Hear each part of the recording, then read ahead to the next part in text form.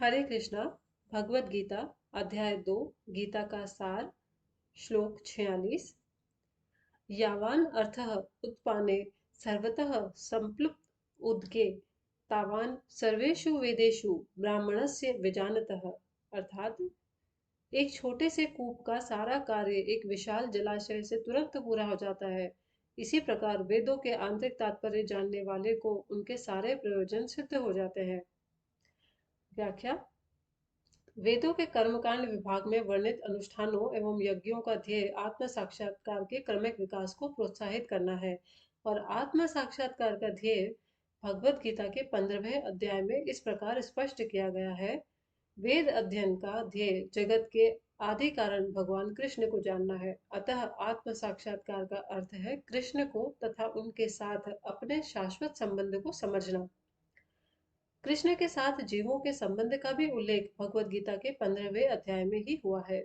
जीवात्माएं भगवान के अंश रूप हैं, अतः प्रत्येक जीव द्वारा कृष्ण भावनामृत को जागृत करना वैदिक ज्ञान की सर्वोच्च पूर्णावस्था है।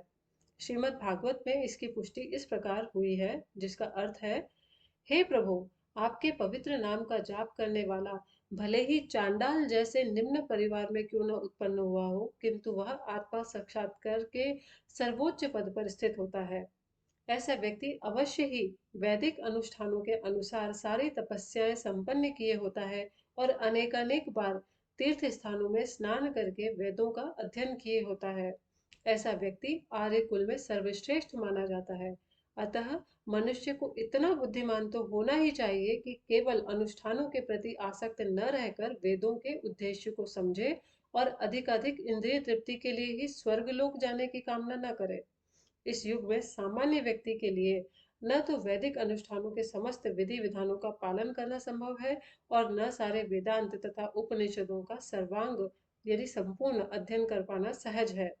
वेदों के उद्देश्य को संपन्न करने के लिए प्रचुर समय, शक्ति, ज्ञान तथा साधन की आवश्यकता होती है। इस युग में ऐसा कर पाना संभव नहीं है, किंतु वैदिक संस्कृति का परम लक्ष्य